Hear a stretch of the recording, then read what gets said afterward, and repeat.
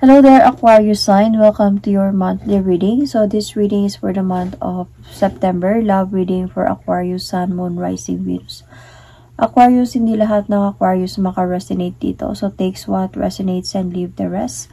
Cross watchers, pwedeng kayo to at hindi sila Aquarius sign.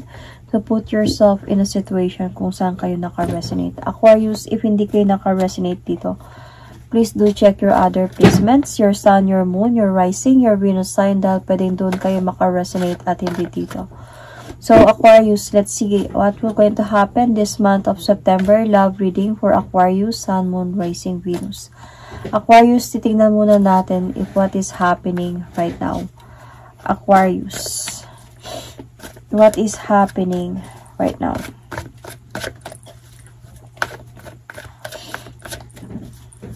Or what your person want to tell you, Aquarius.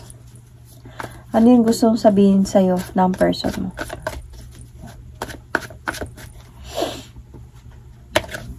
Kailangan ka daw niya, Aquarius. Tingnan natin. Your person situation.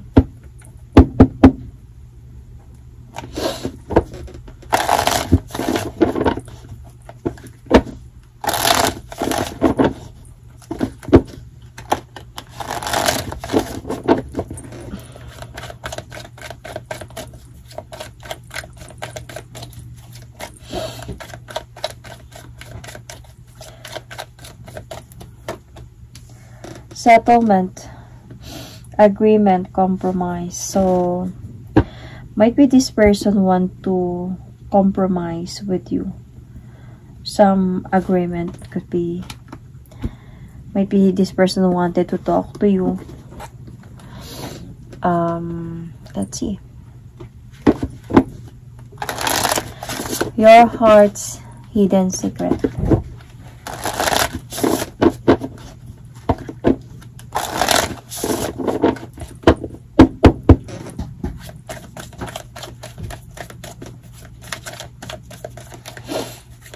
Your heart's hidden secret. Okay. Emotional storm. So, turmoils, unstable, affected.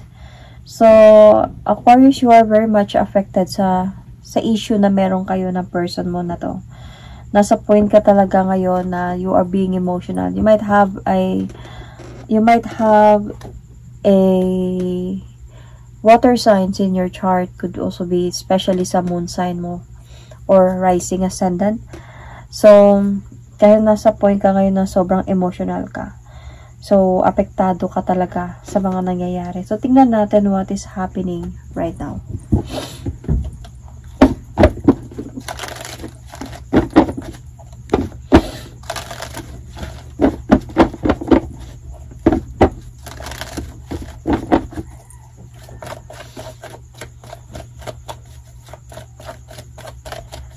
What is happening right now?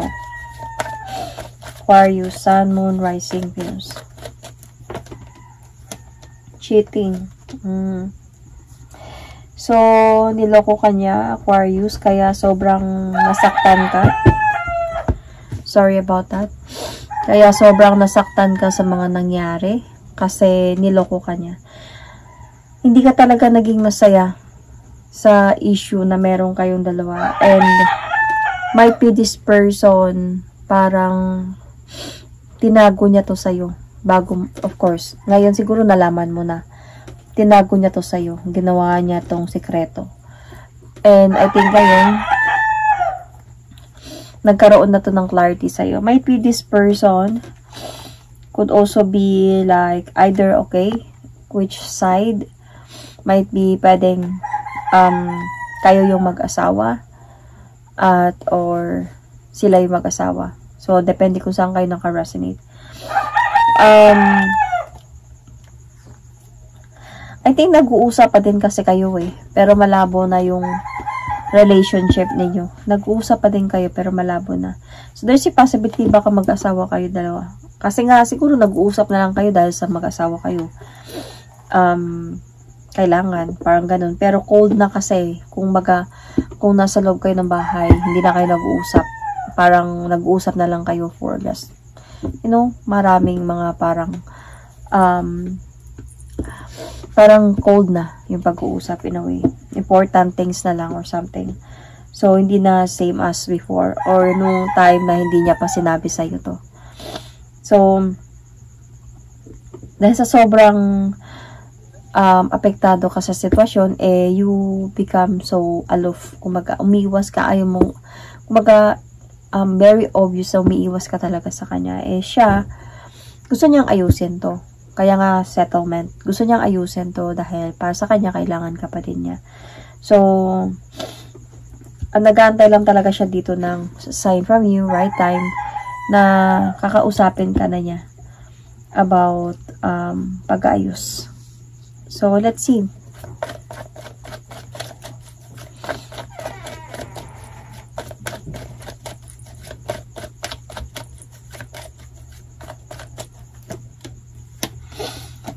Alam mo, hindi na siya halos nakakatulog sa gabi. Thinking about you, your family. So, feeling ko this is Aquarius na married, okay? For married couple or live-in partner na may responsibility o nagsasama. Anyway, kailangan kita dahil sa hindi na siya nakakatulog sa gabi. I think nakukonsensya to siya or may regrets na sa kanya about the cheating na ginawa niya sa'yo. So, he really want to give you some clarities talaga. And ikaw naman dito, Aquarius, feeling ko sa'yo, gusto mo nang umalis. Parang you just really want to walk away emotionally. I think you did. Kasi sabi niya dito, kailangan kita eh. So, I think you did. Or it's either emotionally. So, sabi natin na nagsasama kayo sa isang bubong pero emotionally, wala ka na. Parang ayaw mo na siyang kausapin pa. Wala ka nang nararamdamang awa, wala ka nang nararamdamang happiness, and emotionally umalis na.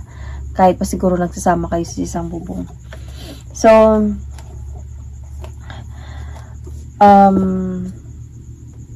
gusto niyang maayos to. Kasi para sa kanya kasi, nagiging imbalance na yung sitwasyon na ganito kayo. So, ano ba yung nararamdaman niya para sa'yo? Nararamdaman ng person mo para sa'yo, Aquarius.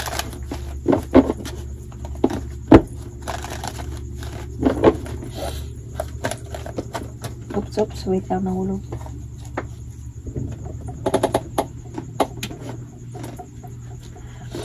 Mahal ka niya. Willing pa siya talaga mag-offer sa'yo ng love.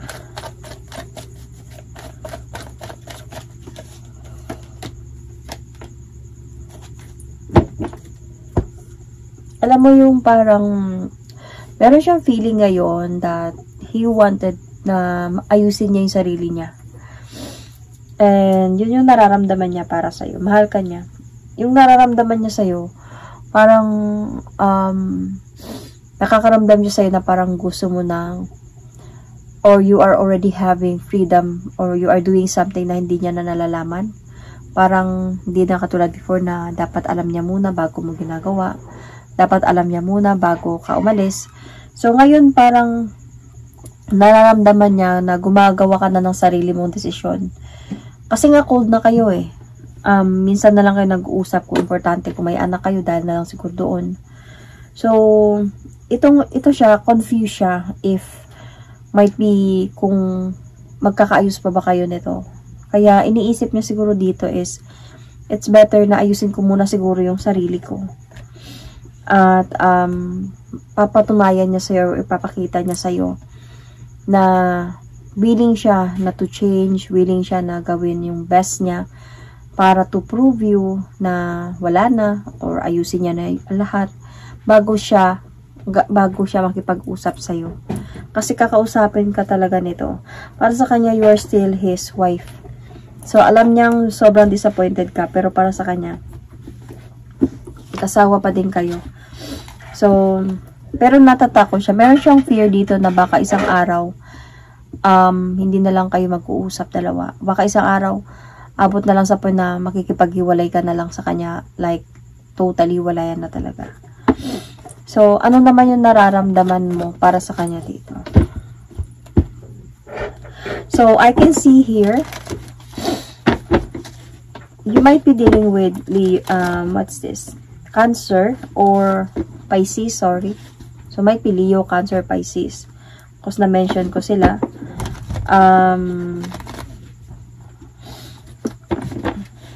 Capricorn, also, nandito.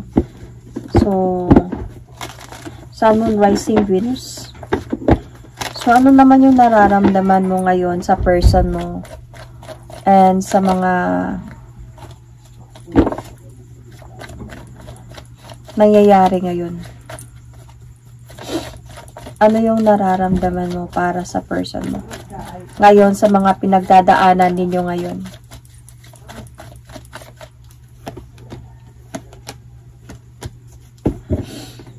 So, nakakaramdam ka nga talaga dito ng, aside from this emotional storm, you are very much affected sa mga nangyayari.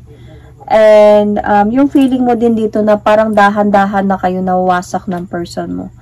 Yung feeling mo dito na sobrang natatrap ka sa sitwasyon dahil hindi mo alam kung ano yung magiging decision mo, whether to walk away or to stay. Because maybe you have responsibility and maybe you are married. And, but then meron ka pa din feeling na alam mong hindi siya give up. So, parang nandun sa iyo yung intuition, yung feeling, yung guts na hindi ako iiwan nito. Or, makipag-usap din sa akin to ulit. Pero ikaw, parang you wanted to guard yourself about what happened. Kasi, syempre, you are very disappointed sa ginawa niyang panluloko sa'yo. So, pero namimiss mo siya though. Hindi ko lang alam kung umalis ka dito. Hindi ko lang alam kung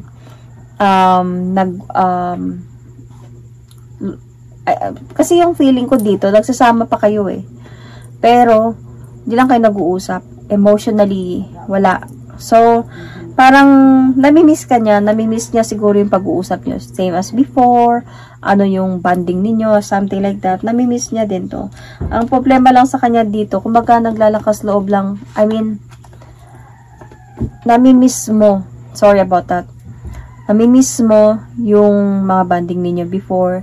Namimiss mo yung happiness, you know.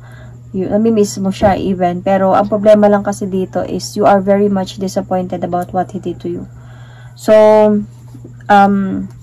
naglalakas loob ka lang talaga dito na maging brave na wala kang pakialam or maging brave ka lang na ini-stab mo siya, whatever, dahil sa nga disappointed ka sa ginawa niya sa'yo. So,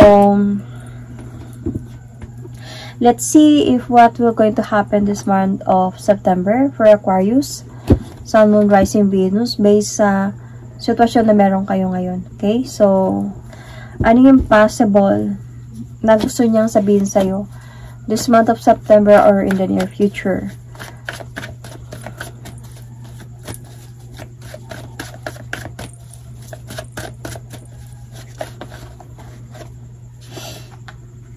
Sana mapatawad mo na ako. My God. Very clear. Okay, 'di ba? Sa gusto niya mangyari sa sitwasyon ninyo. And might be this month of September in the near future. Ito yung gusto niya talaga. I think dito pa lang he or she is trying his or her best na mag-usap kayo. Pero ikaw kasi yung nagiging aloof dito. Aquarius kasi. Pag si Aquarius kasi nagtampo or nagalit, may nalaman, ganyan.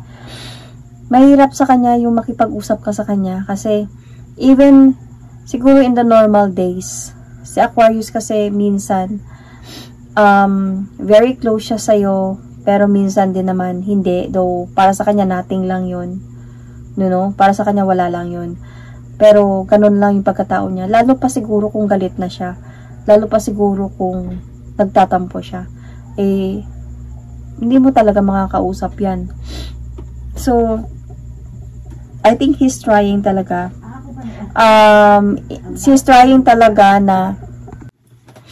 he's trying his best talaga na humingi ng tawad sa'yo. So, let's see. Pasensya na. in-stop ko kasi may nag-ingay. Anyway, his possible situation, okay, this month of September or in the near future.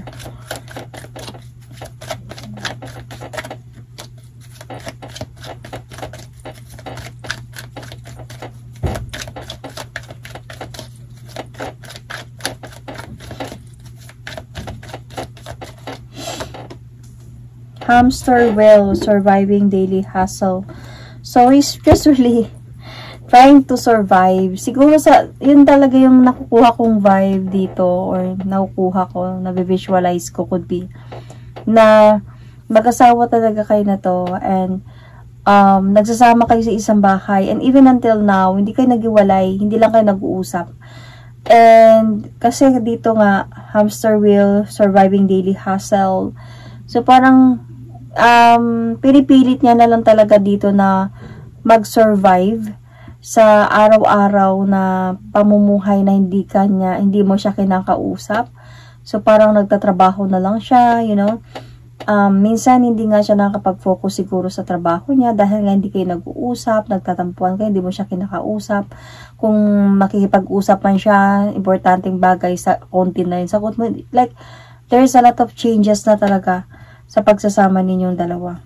So, and feeling ko dito, no, hindi siya sanay. Hindi siya sanay na ganun ka sa kanya. Kasi, nung time na yon, sabihin natin nagkaroon siya ng third party. Syempre, hindi mo alam yun. Tinago niya sa'yo yun. So, okay na talaga kayo. Pero nung nalaman mo, biglang feeling mo, umalis ka agad, hindi mo siya agad kinausap after siguro ng away ninyo, ganyan. Hindi mo na siya agad kinausap pa. Kung nakikipag-usap man siya, is trying his best, nakausapin ka, sabihin na lang natin na anong ulam natin ngayon, or anong meron, ganyan. Sumasagot ka na lang ng sobrang pabagsak, or yan, ganyan. Hindi na katulad before, yung closeness, yung bonding. So, your heart's hidden secret might be this month of September or in the near future. Let's see.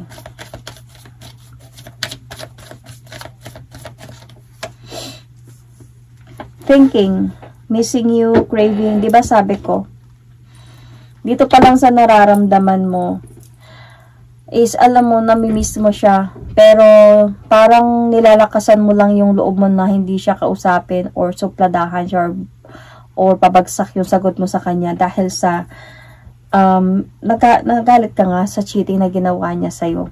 Pero siguro humingi na din siya sa'yo ng tawad, pero nagiging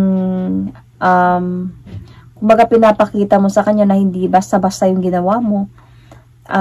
Hindi ako basta-basta nagpapatawad ng ganun lang. So, kaya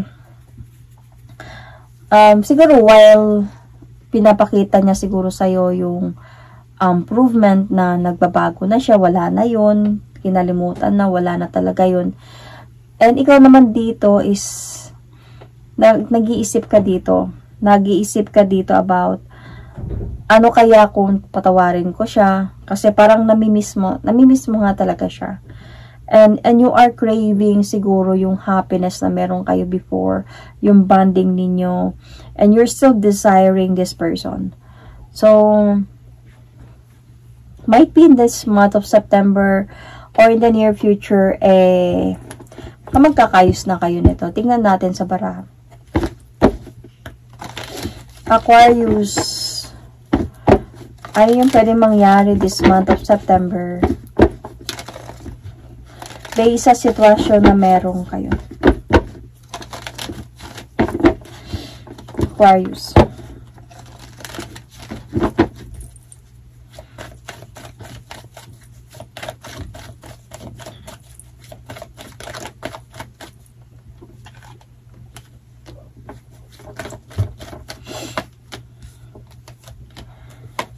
See? Aquarius, there is a possibility na maayos din naman kayo. Kumbaga, feeling ko kasi siya mismo, isi-save niya yung pagsasama ninyo ulit, yung marriage ninyo.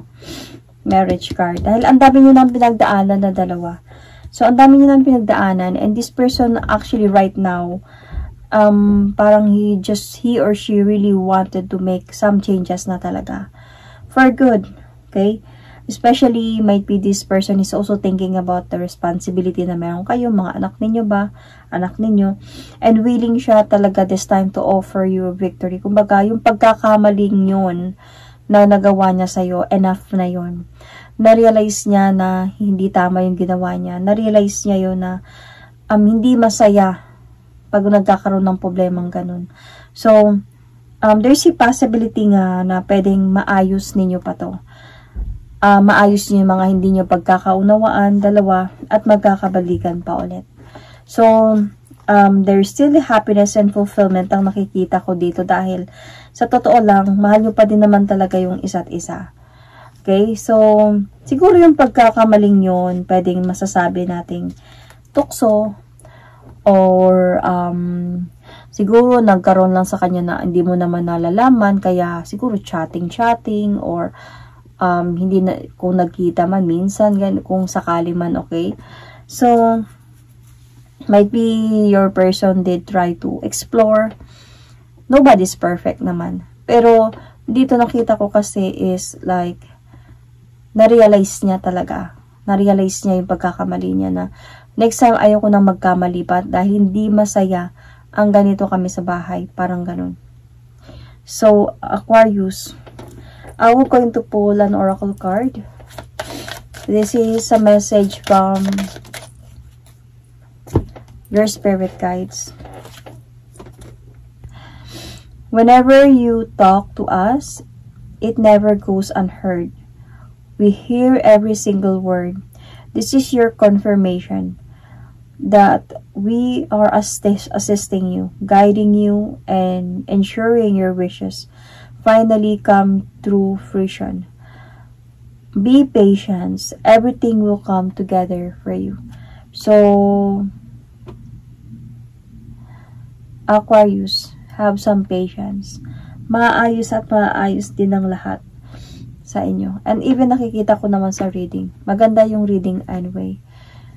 So, that is my reading for you, Aquarius. Thank you and God bless.